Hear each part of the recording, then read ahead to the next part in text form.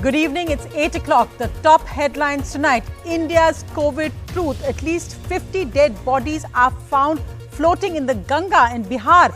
Is this the unholy truth? COVID bodies in the holy river. Bodies in the Ganga are likely of COVID patients from Uttar Pradesh, says the local administration. Hundreds of COVID deaths are missing in official data. India runs short of vaccines. Chaos at centres around the country today. Vaccinations down by 66% in the last 24 hours. States say they have stock left for 2 to 3 days. Meanwhile, an impossible hunt for vaccination slots online on the CoWIN app. Well, good news that Mumbai cases fall below 2,000 the first time this year. For Delhi cases, the positivity rate is down and cases are down as well. Deaths are, however, over 300. Delhi cases 12,651, positivity rate 19.1%. Bengaluru also cases are down. They're just over 16,000 cases, down from a high of 21,000 cases earlier. Most of India currently is in lockdown from today. NDTV reports from across states tonight.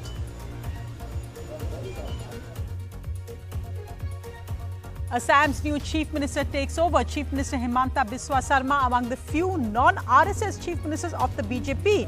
Meanwhile, the Congress Working Committee meets on the election fiasco but postpones Congress presidential elections because of COVID. Our lead story tonight, well, these really are absolutely horrifying pictures. So we must warn our viewers that these are extremely disturbing visuals, especially for young children. Please don't watch this. This is the unholy truth of what's actually happening in India's COVID pandemic. At least 50 bodies have been washed up this morning on the banks of the holy river, the Ganga, at Bihar's Buxar. These are the latest visuals. We warn you that they're extremely disturbing.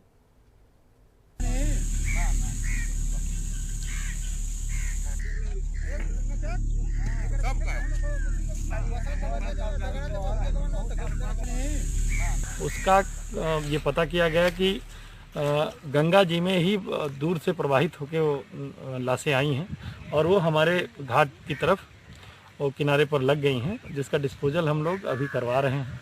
ये लाश तो कहीं ना कहीं से आ ही रही है। अब वो अन्वेषण का विषय है, क्योंकि ये लाशें जो दिख रही हैं, लगता है कि ये 5-7 दिन से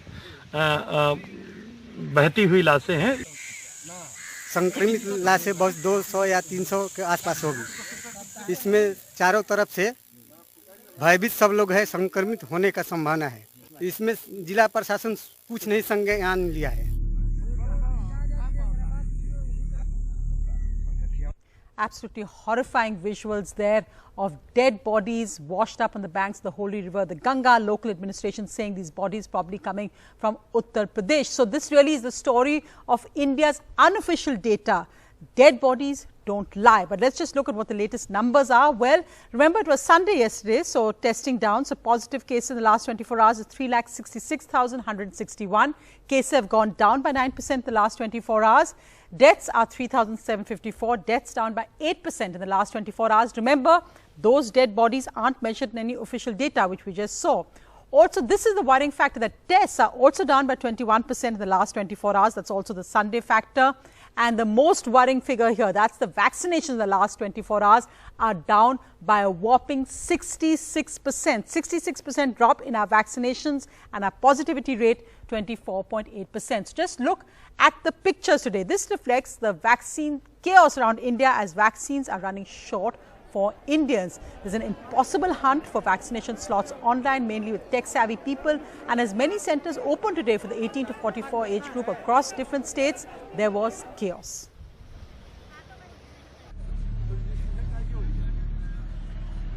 At most vaccination centers across the country, huge crowds.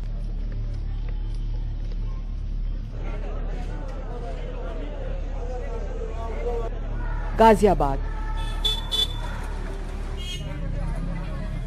Amritsar,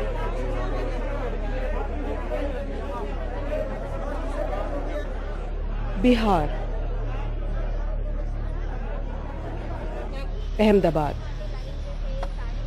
People lining up at vaccination centers hoping to get the shot. In Noida, the police had a difficult time controlling the crowds who turned up at the vaccination centers. आपस में विवाद करने से कोई लाभ नहीं है. अपना पेशेंस मत खोइए. धैर्य रखिए.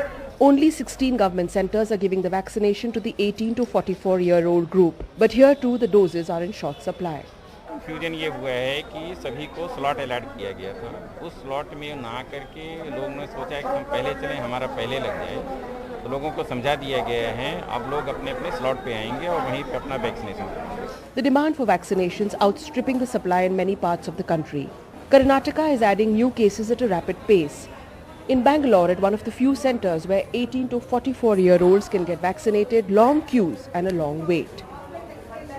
We did not get the vaccine although we had the appointment, and now they are saying that they cannot issue any more token because maximum number of tokens is 150. Even after getting the appointment, it is not possible for us to get vaccinated today. At this government vaccination camp, hardly any takers, as only 50 tokens were given for the second dose. People waiting here for the Covishield vaccination, most of them for the second dose. Limited vaccines. Karnataka has been facing a challenge when it comes to vaccine. If the stock will come, we'll start 18 plus also. Okay, so right now it's only the second dose for those above 45. Yes. So 50 people we are giving it today. 50 doses here today. Yes. Only 50. Today I came to know they are giving only for 50 members. Okay. So the people who have taken token, they might not come back. So I am waiting for the chance. If not, I will come tomorrow morning. It's like reserved against cancellation in RAC. Yes, RAC. RAC. The BKC Jumbo Vaccination Centre, the largest in Maharashtra, has run out of vaccines. Nasir Khan is trying to get vaccinated for 3 days, but he can't get an appointment for himself and his wife in the 45 plus category and for his son who is 18. And we are trying from last 3 days, there is no vaccination. They are telling no this vaccine, no vaccine. It's a question most of India is asking. More and more people worried and anxious that they are not going to be able to get their second dose are coming in here. You can see the police is also there. There are a lot of elderly people who are queuing up for this vaccine dose. At least 4 lakh people are due to get their vaccine just within this month, and more than 40 lakh people would need a second dose. In Kerala's Thiruvananthapuram, 65-year-old Vasantha Nair and his wife have managed to get the last token at this general hospital for their second shot. At another centre, they were told tokens for vaccinations for the day get over as early as 4 a.m. in the morning. Such is the scramble to get vaccinated. ഞാൻ തൈക്കാട് ഹോസ്പിറ്റലിൽ ആദ്യം പോയി. അപ്പോൾ അവിടെ വെളുപ്പിന് 3 മണിക്ക് തന്നെ ചെന്നാൽ 200 ടോക്കൺസ് ആരെ കൊടുക്കുകയുള്ളൂ. അപ്പോൾ വെളുപ്പിന് 3-4 മണിക്കത് തീരും. അപ്പോൾ പിന്നെ അവിടെ ക്ലോസ് ചെയ്തിരിക്കുകയാണ്. ആര് പറഞ്ഞു അത്? അവിടുത്തെ സെക്യൂരിറ്റിയാണ് പറഞ്ഞത്. അപ്പോൾ ഞങ്ങളത് വേറെ ട്രൈ ചെയ്യാൻ വേണ്ടിയാണ് ഇവിടെ വീണ്ടും രണ്ടാമതാണ് ഇവിടെ വന്നത്. ഇവിടെ വന്നപ്പോൾ ഏറ്റവും ലാസ്റ്റ് ടോക്കൺ കിട്ടി. അങ്ങനെ വെയിറ്റ് ചെയ്തിരിക്കുകയാണ്. 56-year-old Vijayan and 45-year-old Binu sell vegetables. Their daughter has been trying again and again to get a slot on the CoWIN portal. Slow കിട്ടുന്നില്ല. അത് നമ്മുടെ ഇങ്ങനെ നമ്മളെ എടുത്തോണ്ടിരിക്കുന്ന ഒരു ദിവസം ഒരു 6-7 പ്രാവശ്യം ട്രൈ ചെയ്യുന്നുണ്ട്. പക്ഷെ കാണിക്കുന്നേ ഇല്ല. അടുത്തതിന് ശേഷം രജിസ്റ്റർ ചെയ്ത് അതിന് OTP വന്നിട്ടുണ്ട്. പക്ഷെ ആ സ്ഥലം എവിടെയെന്ന് കാണിക്കുന്നില്ല. നമ്മളെ ഒരുപാട് പാടുപെടുന്നുണ്ട് അത് കിട്ടാനായിട്ട്. എവിടെയാണ് എന്തെന്ന് അറിഞ്ഞില്ല. Kerala's hope now rests on the first batch of Covishield doses it has ordered from vaccination companies directly. Rajasthan too has just received 3.5 lakh doses of Covishield ordered directly from the Serum Institute. It will only now start the drive to vaccinate those between 18 and 44 in all districts in the state. The shortage of vaccines is a problem governments across the country are grappling with. Delhi में vaccine की बहुत Covaxin का 1 दिन का है, Covaxin का 1 दिन का और कोविशील्ड का 3-4 दिन का. And as the second surge continues across India, people are eager to be vaccinated. But the rollout of the vaccines and its delivery is slowing down the drive, which is the need of the hour in the pandemic. Bureau Report, NDTV. Why is it that young adults are being hit so badly with COVID this time? I have some of India's top doctors joining me. I'm joined by Professor Giridhar R. Babu, Professor of Epidemiology from Bengaluru. I'm also joined by Dr. Om Srivastav of the Maharashtra COVID Task Force, also with Jaslok Hospital, and Dr. Suranjit Chatterjee, Senior Consultant at Indraprasth Apollo Hospital. Dr. Chatterjee, I'll start with you first, because really what we're seeing in Delhi seems so heartbreaking. That young person who just died at 35 years old. Why is it? And you've, of course, been through the first wave and now this again in Delhi. Are you seeing that patients are getting much younger? Why is it that young, healthy people are getting impacted so badly in the second wave? See, this is what happens in most of the pandemic things. When the second wave comes, and this was true with the Spanish flu also, which happened in 1918, that the first wave mostly affects the people who are vulnerable, who are people with comorbidities. When the second wave comes, it actually attacks more of the younger people, and also this time it obviously seems that the vaccine, that the virus has changed its character, it has mutated, and is also affecting the younger people. You're absolutely right that this time the number of younger people affected is much, much larger than the first wave. And we are seeing people with higher oxygen requirement, really requiring high flow oxygen. Also contributing to their morbidity is the fact that the beds and the ICU facilities are available less, and quite a few people are succumbing to it because of the lung involvement, which is huge, and also because of, in a few cases, obviously, because of lack of facilities available to them to treat them. Professor Giridhar Babu, if you can come in on the epidemiologist view, is this, as Dr. Chatterjee said, is this expected in a sense that this is the second wave of it? But is it a mutation of the virus, this new B167 strain, which is leading to healthy people, young people being impacted so badly? How would you interpret this analysis? And would you say that young people are more at risk, or is it still the older people? How would you actually look at this now, Professor Babu? Yeah, hello, Sonia. I don't think this virus has any particular predilection for younger age groups. If you compare the data for 20 to 30 years and also from 30 to 40 years, the proportion of people getting affected from this virus, whether the earlier variant or the newer variants, is almost similar. It was around 21% in the 20 to 30 years age group, and also around 22% in the 30 to 40 age groups. While the proportion is still the same compared to the first wave, because the number of people who are getting infected are more, if you see the quantum of cases because of the newer variants, the same proportion will result in more number of cases. And a fixed proportion of every age group is definitely at risk of receiving critical care. And if those with mild and moderate, especially young people with mild illness, they might ignore, or they might find out that they have respiratory distress little later. And if there are not enough beds, then they progress very fast into severe respiratory distress. So while the proportion might be lower, the shortage of beds and also delay in identification makes them more vulnerable for death, Sonia. So in that sense, Dr. Srivastava, if you could come in, because of course first the good news is that Maharashtra seems to have turned a curve with the latest numbers. But when you were really in the middle of this storm in Mumbai, what did you see in the differences between what the first wave and the second wave was? One difference between Mumbai and Delhi seems to be that much less oxygen was used for Mumbai patients than it was for the same number of Delhi patients. Do you think it's because there were different variants in play in Mumbai and Delhi, or how would you see it? So, two different questions. Whether the total amount of oxygen requirement was in any way lesser, I doubt that, because most times what happens is that in the early part of the disease, in the milder variants, you don't really need a lot of oxygen. Most people can do with about 1 to 2 liters of oxygen. The problem is when the disease gets to be moderate or moderate to severe, that's when your requirement of oxygen becomes from 4 to 6 liters, 10 liters, 20 liters. So that's a different story altogether.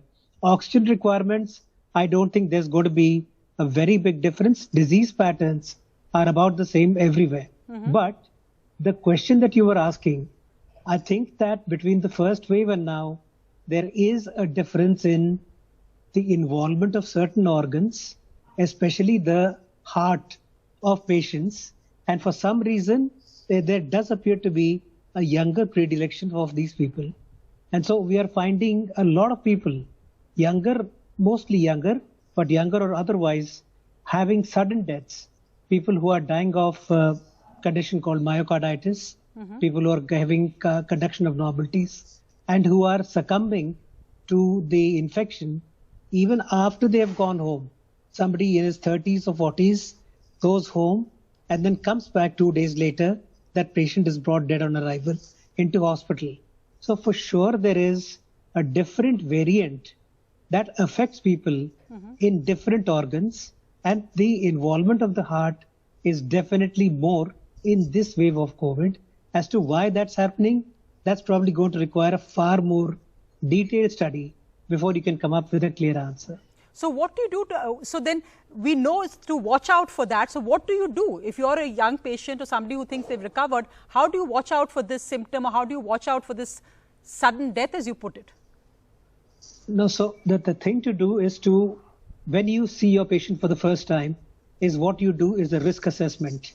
That means, does the patient have A, B, C, D, E, F, G, H, I, or whatever number of criteria?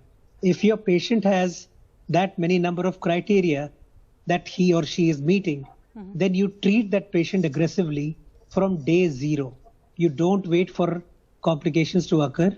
You make sure that you're preempting, whether you're doing it as, blood markers, laboratory markers, whether you're doing it with CT scans, whether you're doing it with echocardiograms, ECGs, or simply by clinical bedside assessment. Whatever you are using as a tool to make that assessment, you need to keep doing that again and again.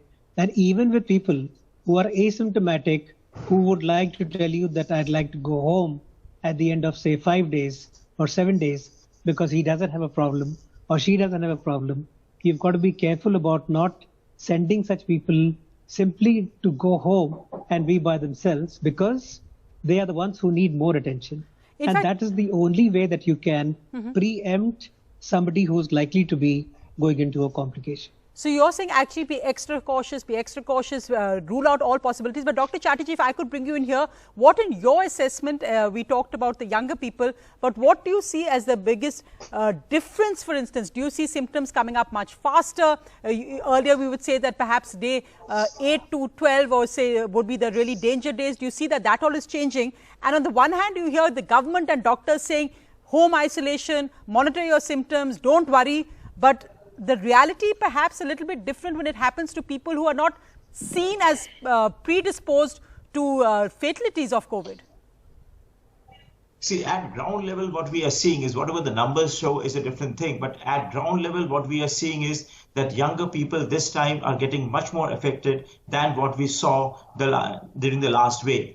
We are seeing at the ground level that they're becoming much more sick than what was there in the last wave. There's no doubt about that. What we have seen and observed is that the oxygen requirement this time is much higher in these people and at a much earlier stage. Earlier, when we would recommend like the blood marker reports and all that, we would say that get it done around the 8th day of the onset of symptom. What we are doing this time, because what we are seeing is that they are requiring oxygen maybe on the 5th day or the 6th day. So what we are doing is that we have preceded the number of days by about 2 days or so that we can investigate them earlier, and we know that their markers are how are their markers behaving, how is it clinically behaving. So definitely we are observing this time that the disease is becoming slightly more serious at the ground. I'm talking all at the ground level, that the disease is becoming more serious earlier than what it used to be during the last time. We definitely are seeing more oxygen requirement. Obviously, I think the oxygen has to be rationalized. You don't need a 95, 97% oxygen to treat everybody.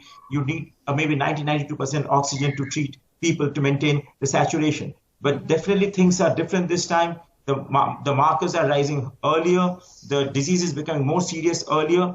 And also, as you said, that home treatment, when we are doing the home management, they have to, the doctors who are treating and the patients who are being treated at home need to be very careful, and they need to be counseled as to the need of when should we do the test, what are the signs that we are looking at, because a lack of low oxygen level or even a persistent fever beyond a certain days is an important sign which people have to be counseled when they are doing home treatment. Right, and I think that's what we need to be perhaps all on the same page on the seriousness of the situation. Of course, we shouldn't create panic, but I think also perhaps when press conferences are had, that everybody needs to be on the same page rather than controversies. But I want to ask you, Professor Babu, again as an epidemiologist, when we look and the recent samples showed that perhaps Delhi had more of a strain of the UK variant, that Maharashtra had more of a strain of B1617. Of course, that keeps changing around. But do you see these as completely, in a way, different variants that we are fighting needs different treatment? How are doctors, how are patients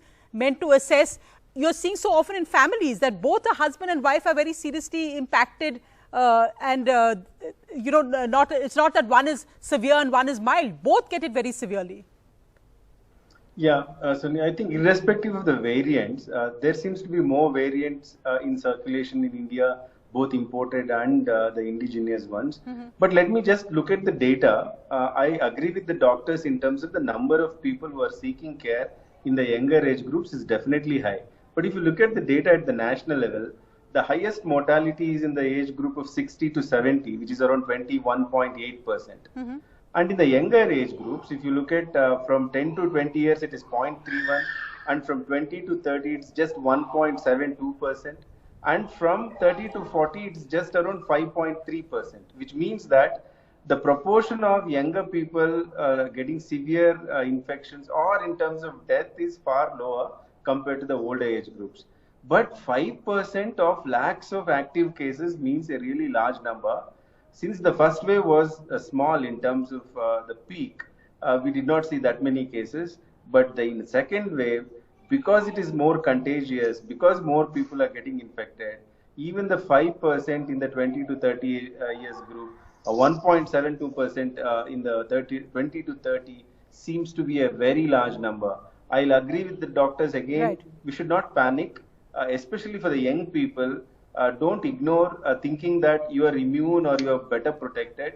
Watch out for your respiratory distress, especially around 7th day is when most people are seeing this.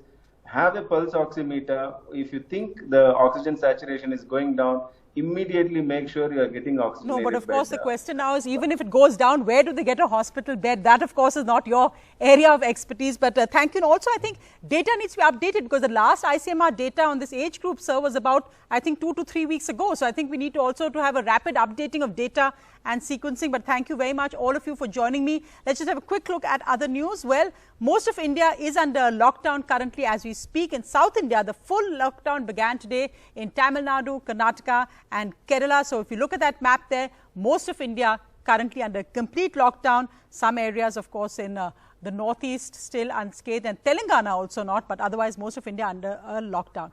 Well, a quick look at some other news. At the Congress Working Committee meeting today called after the election results, Congress President Sonia Gandhi attacked the government on COVID-19. She said the situation was catastrophic, saying the nation is paying the price for the government's neglect of the pandemic.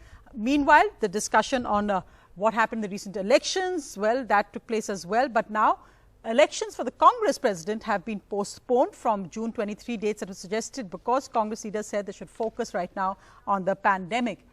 Meanwhile, in other news, in Assam, the new Chief Minister, Himanta Biswa Sarma, took over today. Watching him were the BJP's top leaders. Interestingly, Mr. Sarma, who was, of course, a former protege of ex-Congress Chief Minister Tarun Gogoi before they had an acrimonious split and he joined the BJP, is one of the few non-RSS leaders of the BJP to become Chief Minister. Moi, Sri Himanta Biswa Sarma, Iswarar Namot Hopot Khai Kaunje. 52-year-old Himanta Biswa Sarma sworn in as the new Assam Chief Minister. In the audience, apart from his family, the BJP's National President JP Nadda, Union Minister Jitendra Singh, several Chief Ministers from the Northeast, and Mr. Sarma's predecessor Sarbananda Sonowal.